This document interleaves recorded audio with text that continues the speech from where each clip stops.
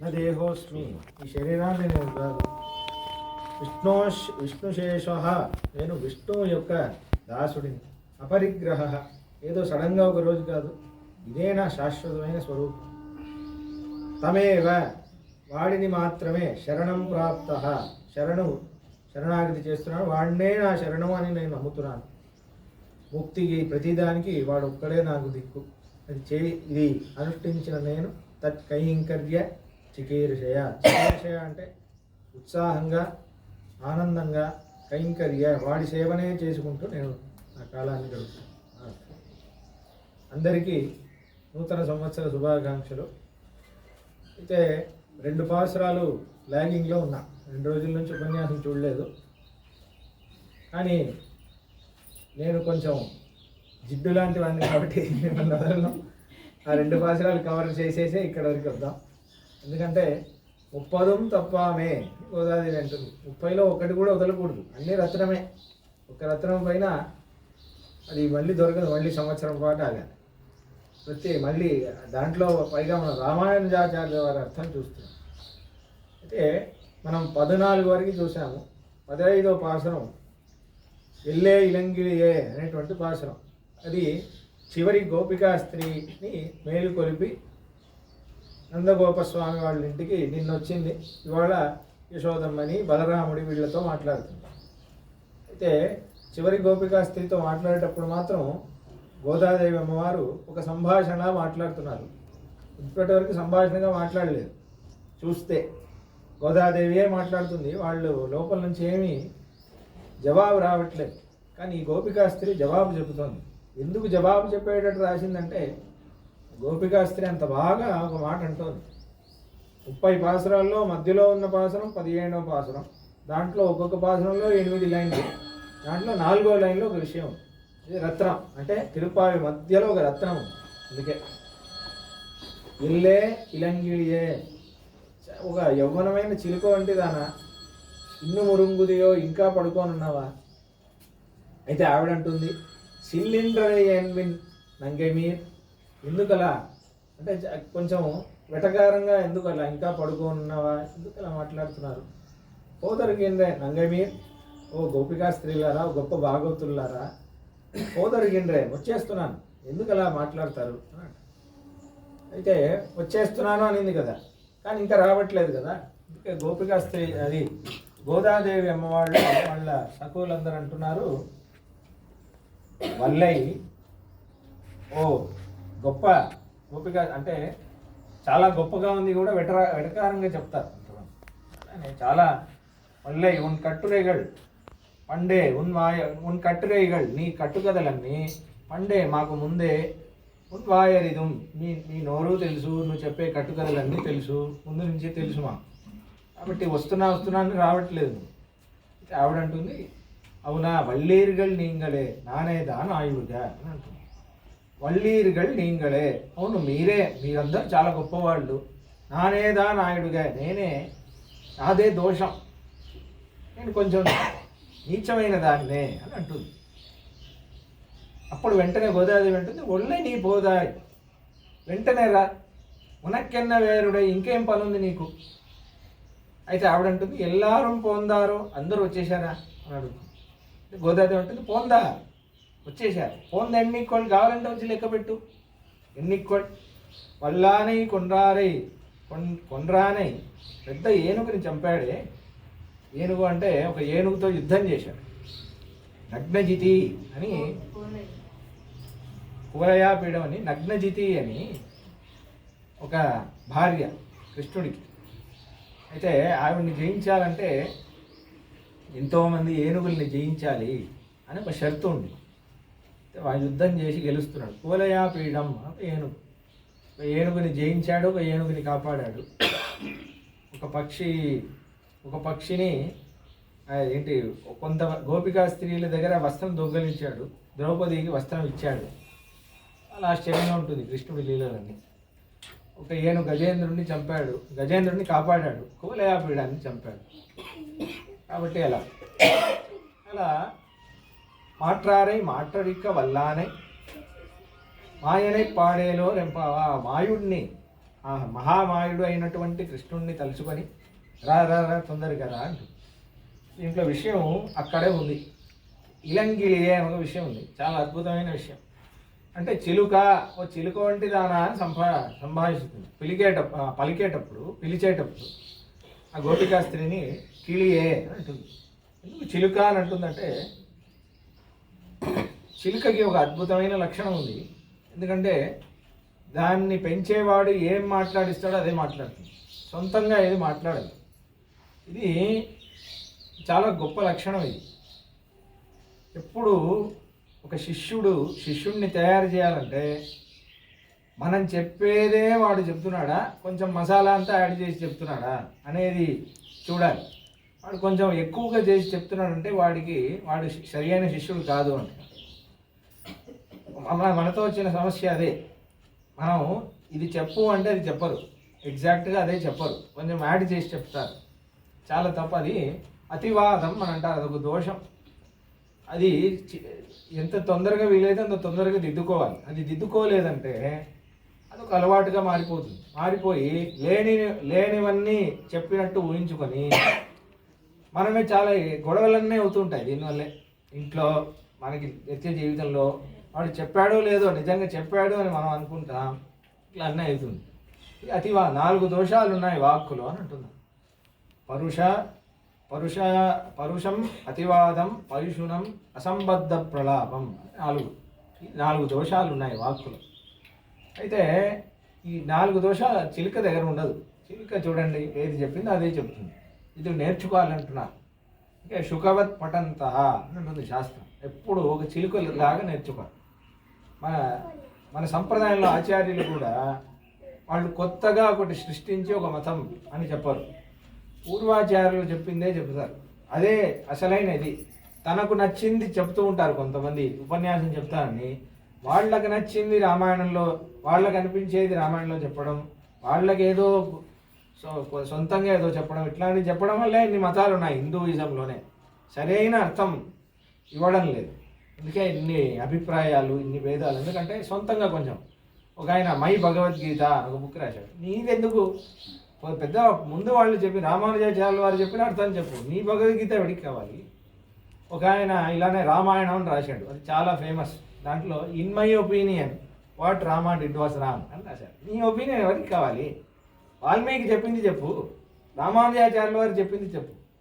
కాబట్టి అదే అక్కడే మనం ఇట్లాంటి గురువుల్ని వాళ్ళ వెంటపడి మనం మోసపోతూ ఉంటాం.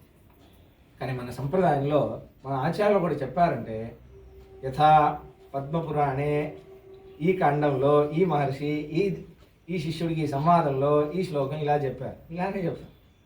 రామానుజాచార్యుల వారి ఇక్కడ అనుష్ఠానంలో ఉంది, ఇలానే అంటే ప్రామాణికంగా చెప్తారు. ఏ విషయం ఉన్నా ప్రమాణం లేకపోతే నాకు తెలియదు, ఒకసారి చూసి చెప్తాను, పెద్దవాళ్ళని అడిగి చెప్తాను, ఇలానే చెప్తారు. కానీ సొంతంగా చెప్పరు.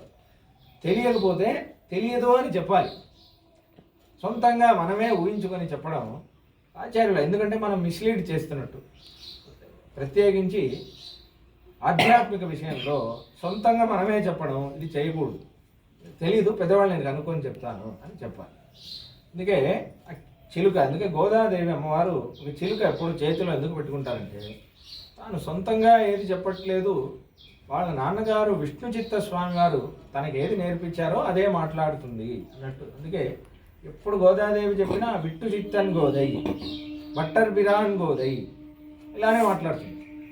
విష్ణు చిత్త స్వామి వారి కూతురినైనా నేను, బట్టర్ బిరాన్ వాళ్ళ నాన్నగారి పేరు చెప్పే తనని పలుకుతుంది. ఇంకోటి ఏంటంటే చిలుకకి తాను చెప్పేది చెప్పి అలవాటు చేస్తుంది కదా.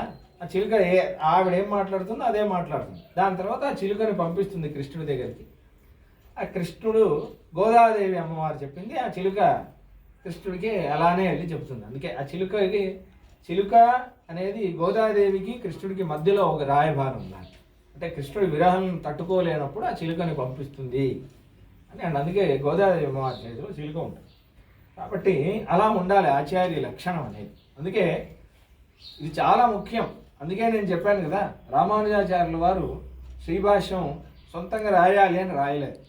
ఎంత కష్టమైనా సరే కాశ్మీర్ వెళ్ళి బోధాయన వృత్తి సేకరించి దాని తర్వాతే రాయాలి అని రాస్తున్నాం. అందుకే మన సంప్రదాయంలో ఇది సంప్రదాయం అని ఉంది. సంప్రదాయం అంటే వంశపారంపర్యంగా వచ్చిన ఒక ధనం అని అర్థం. దాయం అంటే ధనం, ప్రదాయం అంటే మంచి ధనం, సంప్రదాయం అంటే పెద్దవాళ్ళు ఇచ్చిన ధనం, సత్సంప్రదాయం అంటే గొప్ప వంశంలో వచ్చిన పెద్దవాళ్ళు వాళ్ళు ఇచ్చిన మంచి ధనం అని అర్థం. అందుకే సత్సంప్రదాయం అని అంటారు. కాబట్టి అందుకే ఈ సంప్రదాయ అర్థం, అందుకే సంప్రదాయంలో ఒక అర్థం వచ్చింది, అదే చెప్పాలి, సొంతంగా అర్థం అని చెప్పకూడదు. రామానుజాచార్యుల వారు కూడా అలానే శ్రీభాష్యం ప్రారంభించేటప్పుడు ఇదే అంటున్నారు, భగవద్బోధాయన కృతం విస్తీర్ణం వృత్తిం సంక్షిక్షు తన్మతానుసారేణ సూత్రాక్షరాన్ని వ్యాఖ్యాస్యంతే అని ప్రారంభిస్తున్నారు శ్రీభాష్యం. బోధాయన మహర్షి మొదలైన వాళ్ళు దీనికి వ్యాఖ్యానం చేశారు, వాళ్ళని అనుసరించుకుంటూ నేను ఈ వ్యాఖ్యానాన్ని రాస్తున్నాను అని అంటున్నాను. చాలా ముఖ్యమైన లక్షణం ఇది. సొంతంగా ఇది చెప్పకూడదు, పెద్దవాళ్ళు చూపించిన దారిలోనే వెళ్ళాలి. ఇది గోదాదేవి వారు కూడా తర్వాత చెప్తుంది, మేలయార్ శైవనగళ్ అని తిరుపావిలోనే అంటుంది 26వ పాసనం.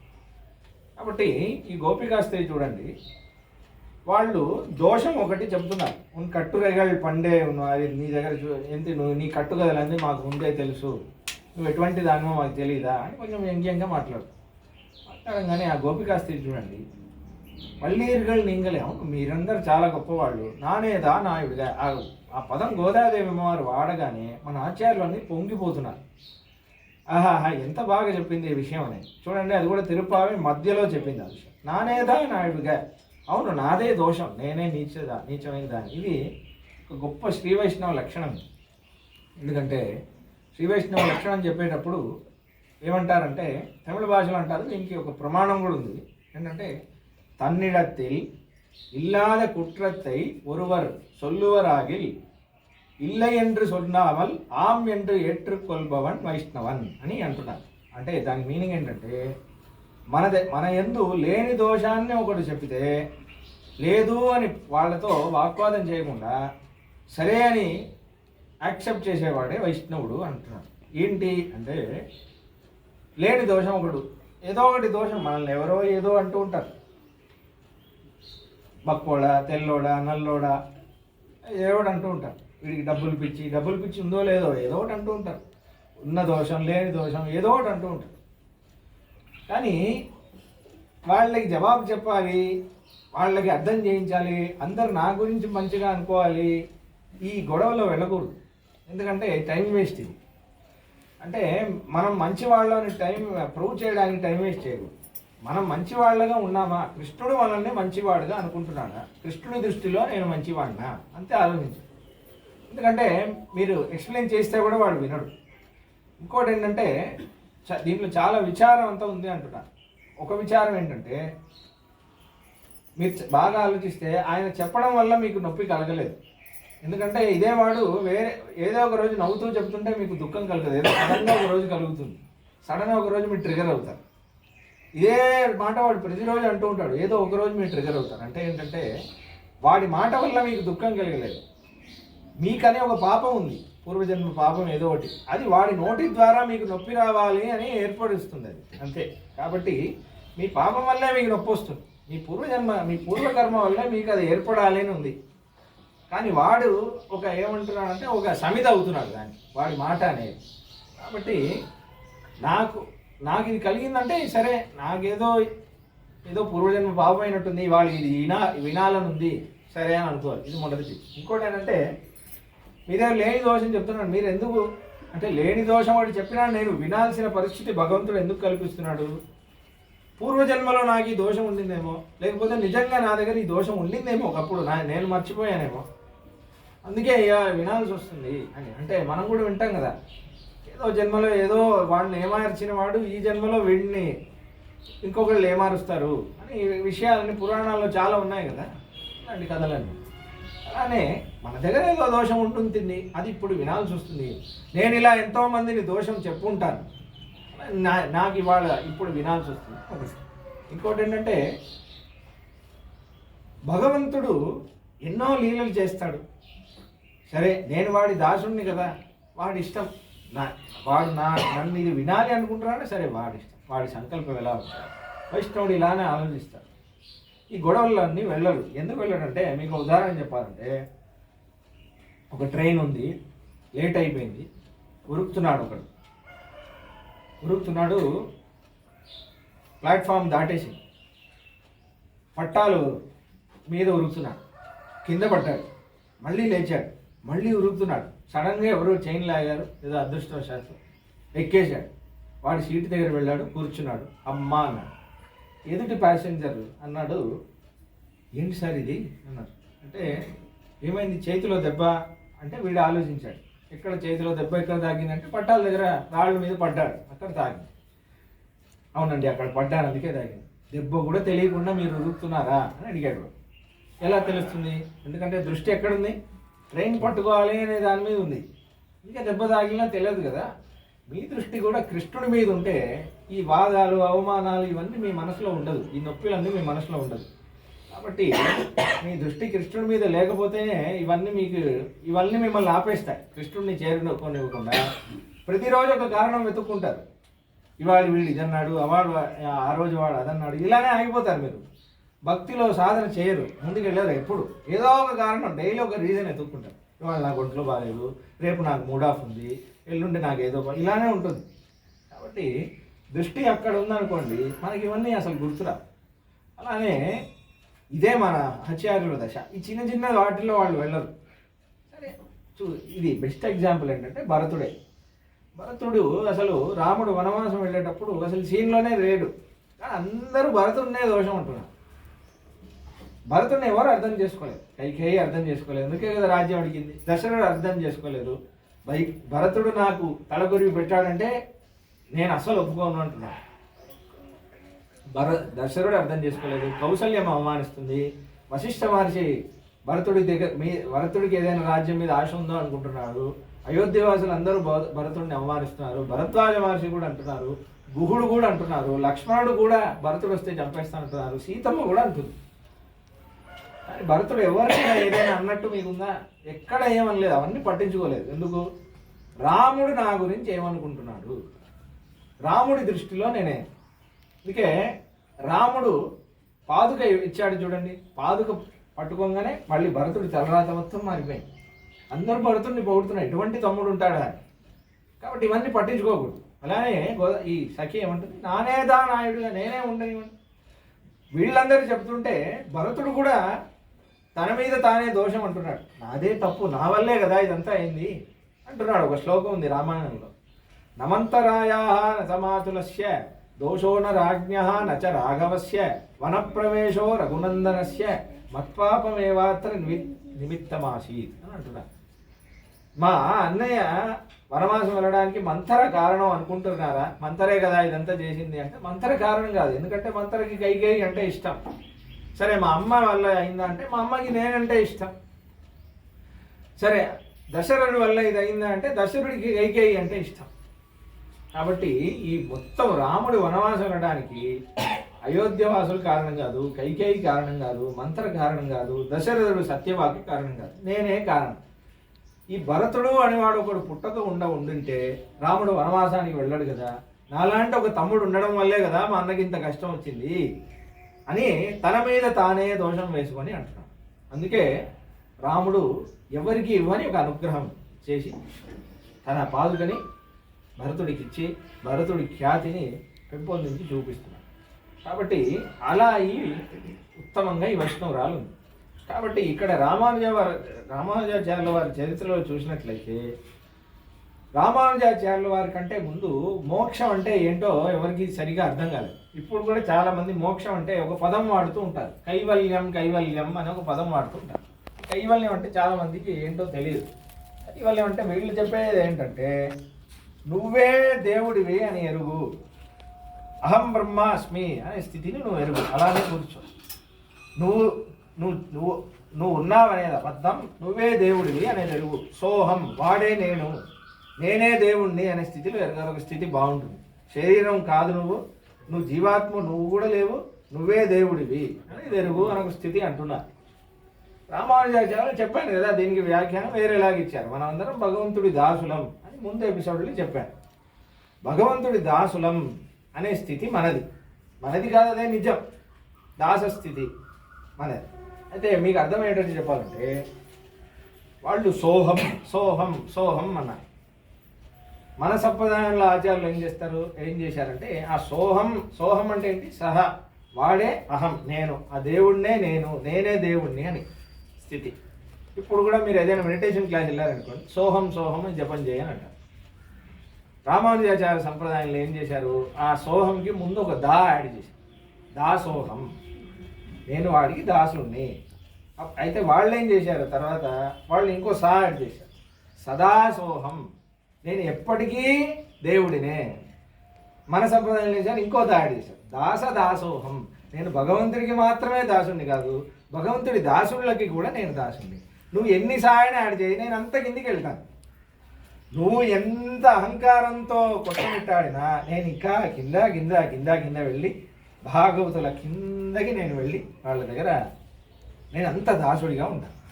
తద్భృత్య భృత్య పరిచారక భృత్య భృత్య భృత్యస్య భృత్య ఇది మా పరలోకనాథ అని అంటున్నా కులశేఖరాడు. నీ భక్తుల క్రమంలో ఉందే నీ సేవకుడి స్వామి కృష్ణ, నీ సేవకుడి వాడి సేవకుడి వాడి సేవకుడి వాడి సేవకుడు, అలా ఒక క్రమం ఉందనుకో. లాస్ట్ సేవకుడు నేను అవ్వాలి, అందరికి చివరి సేవకుడిని నేను అవ్వాలి. నీ భక్తుల అందరి దాసుడిగా నేను ఉండాలి. అలా నువ్వు నన్ను అనుగ్రహించాలి అని అంటున్నాను. కాబట్టి ఆ స్థితి దాసోహం, ఆ స్థితి అన్నమాట. కాబట్టి ఇదే మనకి ముక్తి. అయితే రామానుజాచార్యుల వారు వచ్చాకే ఈ స్థితి వచ్చిందంట. లేకపోతే అందరూ అహం అహం అహం అని అహంకారంలో కొట్టుమిట్టాడుతుంటే రామానుజాచార్యుల వారే ఈ దాస్యత్వం అనే స్థితి తీసుకొచ్చారు. తీసుకురాగానే వేదాంత స్వామి అంటున్నారు, అభిగమ్య సభ్య గణగా సుమేధస యతి చక్రవర్తి పదపద్మపత్తనం హరిభక్తి దాస్య రసికా పరస్పదం క్రయ విక్రయార్హయా సమింధతే అని అంటున్నారు. రామానుజాచార్యుల వారు రాగానే ఏమైంది? అడియాని అన్న పదం వచ్చేసి, దానికి ముందు లేదు అది. స్వామి దాసుండి చెప్పండి అని భక్తులు ఇలా మాట్లాడుకోవడం మొదలుపెట్టేశారు ఆశ్చర్యంగా. లేకపోతే ఎప్పుడు నేనే దేవుణ్ణి అనే స్థితిలో ఉన్నవాళ్ళందరూ స్వామి దాసుండి చెప్పండి ఏం కైంకర్యం ఉంది, ఇలా ఒక దాస్యత్వం హరిభక్తుల మధ్యలో ఒక దాస్య భావన వచ్చేసి ఒకళ్ళొకళ్ళు దాస్యం. రామానుజాచార్యుల వారి కాలంలో ఎటువంటి స్థితి ఉండేదంటే వేదాంత స్వామి అంటున్నారు క్రయ విక్రయార్హ దశ అని అంటున్నారు. అంటే ఎటువంటి దశ అంటే క్రయ విక్రయాలు అంటే బిజినెస్ అని అర్థం. ఎటువంటి బిజినెస్? ఒకళ్ళనొకళ్ళు అమ్ముకునేంత స్థితి. అంటే నేను మీకు ఎంత దాసుందంటే నన్ను ఒక వస్తువులా కావాలంటే ఎవరికైనా అమ్మేయండి, మీరు మీకు అంత స్వేచ్ఛ ఉంది. నేను ఎటువంటి సేవకుండంటే మీ చేతిలో ఒక వస్తువు లాంటివండి, నాతో ఏమైనా చేయండి, కొడతారా కొట్టండి, సేవ ఇస్తారా ఇవ్వండి, నెత్తి మీద పెట్టుకుంటారా పెట్టుకోండి, మీ ఇష్టం, మీరు ఏమైనా చేయండి. ఎందుకంటే మీరు వైష్ణవులు కదా, మీరు హరిభక్తులు కదా, మీకు 100% స్వేచ్ఛ ఉంది. ఒక వస్తువు లాంటివాడిని కావాలంటే అమ్మేయండి నాకు. అటువంటి స్థితిలో ఉంటున్నా క్రయ విక్రయాలు ఒకళ్ళు అది అవతల వాడు కూడా అలానే ఉంటున్నాడు, యువతల వాడు కూడా అలానే ఉంటున్నాడు. అందుకే రామానుజాచార్యుల వారే చూడండి మొత్తం అడిగే అనే స్థితిని తీసుకొచ్చి ఈ దాస్య భావన తీసుకొచ్చేది. అప్పుడు ఏమవుతుంది? నిజంగా దాస్యభావన ఉందనుకోండి, ఏదైనా దోషం చెప్తే కూడా దాస్యం, మీరు చెప్తే అనుగ్రహమే. ఏదో కృష్ణుడు ఏదో లోపల ఏదో రహస్యం పెట్టాడు దాంట్లో, తర్వాత అర్థమవుతుంది అన్నట్టు. కాబట్టి క్రయ విక్రయార్హ దశయా సమింధతే అటువంటి స్థితి వచ్చిందని. కాబట్టి అందుకే రామానుజాచార్యుల వారిని ఆశ్రయిస్తేనే మనకి ఈ స్థితి వస్తుంది. ఇప్పుడు రామలక్ష్మణ భరత శత్రుఘ్నుల్లో చూశాననుకోండి, రాముడు మనుష్య ధర్మం చూపిస్తాడు, లక్ష్మణుడు దాసభావన చూపిస్తుంటాడు. శేషం మనం చెప్పే విష్ణు శేషం అభావం, విష్ణువు మీదే ఆధారపడి ఉన్నవాడిని అనే స్థితి లక్ష్మణుడు చూపిస్తాడు. కానీ లక్ష్మణుడి పరిస్థితి ఏంటంటే, లక్ష్మణుడు నేను మీ దాసున్నే కానీ మీతోనే ఉండాలి, మీ సేవే చేయాలి, దాంట్లో నేను కాంప్రమైజ్ అవ్వను. భరతుడు ఒక మెట్టు ఎక్కువ మన లక్ష్మణుడి కంటే. ఎందుకంటే లక్ష్మణుడికి భరతుడు ఎట్లాంటి వాడు అంటే, మీరు ఏమి మీ చేతిలో నేను వస్తువు లాంటి వాడిని, మీరు ఏమైనా నియమనం చేయండి అటువంటి వాడు. అంటే లక్ష్మణుడికి భరతుడికి తేడా ఏంటంటే, లక్ష్మణుడు భరతుడిని బావిలో దుంకు అంటే దుంకేస్తాడు భరతుడు, అగ్నిలో దుంకు అంటే భరతుడు దుంకేస్తాడు. లక్ష్మణుడు దుంకడు, నేను దుంకితే మీకు సేవ ఎవరు చేస్తారు అని అడుగుతాడు. కానీ ఇక్కడ భరతుడితే గొప్ప అంటున్నారు. ఎందుకంటే మీరు ఏదైనా చేయండి, మీరు నన్ను ఎలాగైనా వాడండి, చంపేస్తే చంపేయండి, నెత్తి మీద పెట్టుకుంటే పెట్టుకోండి. పట్టాభిషేకం అప్పుడు కూడా మళ్ళీ అడిగారు రాముడు, మళ్ళీ వనవాసం రిటర్న్ వచ్చాక లక్ష్మణుని అడిగారు, భరతుడిని అడిగారు, శత్రుని అందరూ నువ్వు రాజవుతావా, నువ్వు రాజవుతావా. లక్ష్మణుని అడిగితే లక్ష్మణుడు ఏమన్నాడు, పొరపాటున కూడా ఈ పదవి నాకు ఇవ్వద్దు, మా అన్నయ్య రాజు అయితే మా అన్నయ్య కింద నేను సేవకుడిని అలానే ఉంటాను అని. భరతుడు ఏమన్నాడు తెలుసా, అన్నయ్య హృదయం ఏముంది, అన్నయ్య నన్ను పని మనిషి అవ్వమంటే పని మనిషి అవుతాను, అన్నయ్య నన్ను రాజు అవ్వమంటే రాజు అవుతాను. ఎందుకంటే నాకు రాజీవ్ అయినా పని మనిషి అయినా రెండు ఒకటే. ఎందుకు, మా అన్నయ్యకి ఏది ఇష్టమో అదే చేస్తున్నా. కాబట్టి ఆ పరతంత్ర స్థితి, 100% డిపెండెన్స్, అటువంటి స్థితి. వీళ్ళందరికంటే ఒక మెట్టు శత్రుఘ్నుడి. శత్రుఘ్నుడు ఏ దశలో ఉన్నాడు, లక్ష్మణుడు రాముడి దగ్గర ఎలా ఉన్నాడో శత్రుఘ్నుడు భరతుడి దగ్గర అలా ఉంటున్నాడు. నువ్వే దాసుడిని నీ సేవే చేయాలి అని లక్ష్మణుడు రాముడి దగ్గర ఉంటున్నాడు కదా. నాకు దేవుడు కూడా వద్దు, దేవుడి భక్తులు కావాలి అని భరతుడి దగ్గర శత్రుఘ్నుడు అలా ఉంటున్నాడు. శత్రుఘ్నుడే గతిలాగా శత్రుఘ్నుడితోనే సేవ చేస్తున్నాడు. వీళ్ళందరికంటే ఒక మెట్టు ఎక్కువ. భాగవత శేషత్వం, మీ మీదే ఆధారపడి ఉన్నవాడిని. మన ఆచార్యులు ఉన్నారే శత్రుఘ్నుడి కంటే ఒక మెట్టు ఎక్కువ. ఎందుకంటే శత్రుఘ్నుడు కూడా భరతుడిని విడిచి ఉండలేడు. మన ఆచార్యులందరూ వాళ్ళకి మనసులో ఇష్టం ఏముందో భరతుడిలా ఉంటారు, కానీ భక్తుల దగ్గర ఉంటారు. భరతుడు రాముడి దగ్గర, దేవుడి దగ్గర ఎలా ఉన్నాడో, విష్ణువు దగ్గర ఎలా ఉన్నాడో, మన ఆచార్యులందరూ వైష్ణవుల దగ్గర అలా ఉంటారు. ఒక ఉదాహరణ చెప్పి ముగించేస్తాను, ఇంకెక్కువ విసిగించాను అసలే న్యూ ఇయర్. అయితే ఏంటంటే అనంతాళ్వార్ ఒక శిష్యులు ఉండేవారు రామానుజాచార్యులు వారు. అయితే ఒకసారి ఏమైందో, ఒక నమ్మాళ్వారి పాసురం చెబుతున్నారు. శ్రీనివాసుడి వెంకటేశ్వర స్వామి వారి పాసురం ఒక అర్థం చెబుతున్నారు రామానుజాచార్యులు ఒకరోజు క్లాస్లో. చెప్పేటప్పుడు మంచి పాసురం అది. ఎందై తందై తందై తందై తందై కుమ్ముందై వానవర్ కోనొడు సింధుపూ మగుళం తిరువేంకడత్ అని వచ్చింది. అక్కడ ఆగిపోయారు. ఆ పాసురం చెబుతూ వచ్చి ఆగిపోయి కళ్ళలో నీళ్ళు వస్తున్నాయి రామానుజాచార్యులు వారు. ఒక 10 నిమిషాలు అలానే ఆగిపోయారు. సింధుపూ మగుళం తిరువేంకడత్ అని అంటున్నారు అమ్మాళ్ళ. అప్పుడెప్పుడో 2000 సంవత్సరాల ముందు చెప్పారు. ఆ పాసురం ఒక అర్థం తెలుసుకొని రామానుజాచార్యులు వారు ఏడుస్తున్నారు. ఇచ్చి చాలాసేపు తర్వాత కళ్ళు తుడుచుకుంటూ సరే ముందుకు వెళ్దాం అని అన్నారు. ఏమైంది స్వామి, ఏమైంది, మీకు ఏదో అనుభవం ఏర్పడింది, ఏంటది అంటే, లేదు నమ్మాళ్ళ వారు ఏమంటున్నారు, సింధుపూ మగుళం, ఎన్ని పూలు పడతాయట తిరుమల కొండలో మంచుకాలంలో, విధమైన పుష్పాలన్నీ పడుతూ ఉంటాయట. అడవి కదా, ఎన్నో రకరకాల పుష్పాలు, సుగంధ పుష్పాలు కింద చిందుతాయి, కింద పడతాయట. అటువంటి పుష్పాలన్నీ పడుతుంటే ఆ తిరువేంకడం ఆ మలలో అని నమ్మాళ్ళవారు రాస్తున్నారే, అన్ని పువ్వులు ఉన్నాయి, ఎవరైనా వెళ్ళి ఆ పువ్వులన్నీ తీసుకొని ఒక మాల చేసి ఆ శ్రీనివాసుడికి వేస్తే ఎంత బాగుంటుంది, ఆ సేవ నేను చేయలేకపోతున్నానే అని ఏడ్చారు. అప్పుడు వెంటనే ఓహో ఆచార్య హృదయంలో ఇది ఉందా, కాబట్టి మీ దగ్గరుండి మీ సేవ చేయాలి అని నాకేం నిర్బంధం లేదు. మీ హృదయంలో ఏముంది, నేను ఎక్కడున్నా సరే మీకు నచ్చిందే చేయాలి, మీ హృదయంలో ఇది ఉందా స్వామి, నేను వెంటనే వెళ్తున్నాను అని తిరుమలకి బయలుదేరాట.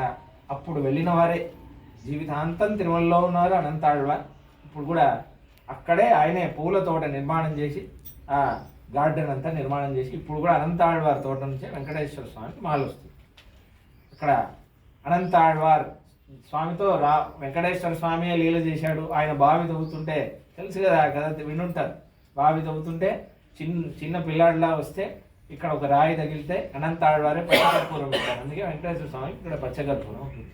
కాబట్టి అనంతాళ్వార్ ఆయన వాడిన గుణపం కూడా ఇంకా పెడతారు. మీరు బయలుదేరడం రైట్ సైడ్ ఉంటుంది, మహాద్వారం రైట్ సైడ్ అనంతాళ్వార్ క్రోబార్ అని రాసి ఆయన బావి తవ్వడానికి ఆ పూల తోటలో ఆయన నిర్మాణం చేసిన ఇది. ఇప్పుడు కూడా మాడవీధిలో ఉంటుంది. మీరు వెస్ట్ నుంచి సౌత్ మాడవీధి వెళ్ళేటప్పుడు అనంతాళ్వార్ పూల తోట ఉంటుంది. ఇప్పుడు కూడా అక్కడి నుంచే పూలు వస్తాయి. చూడండి, రామానుజాచార్యుల వారి ఒక్క అనుభవం, ఒక పాసరంలో ఆయన అనుభవించి ఇలా అనుకున్నారని ఇప్పటి వరకే అనంతాళ్వార్ కైంకర్యం. అది భాగవత పారతంత్ర్యం. మన సంప్రదాయంలో అదే మనకి కావాల్సిన దశ. కాబట్టి ఆచార్యుల హృదయంలో ఏముందో నేను అంతే అడిగాను దాసాను. మీ హృదయంలో ఉందా అంటే నేను చేసేస్తాను. మీ దాసుణ్ణి నేను, మీరు ఏ నియమనం చేయండి నేను చేస్తాను, మీ కింకరుణ్ణి. కాబట్టి ఆ భావనలో వైష్ణవులందరూ ఉంటున్నారు. దానికి కారణం రామానుజాచార్యుల వారు అని వేరు ఈ పాసనంలో ఉంది. పైన పాసరాలన్నీ రేపు చూద్దాం. ఆండాళ్ తిరువిడిగలే శరణం హెచ్చరిక.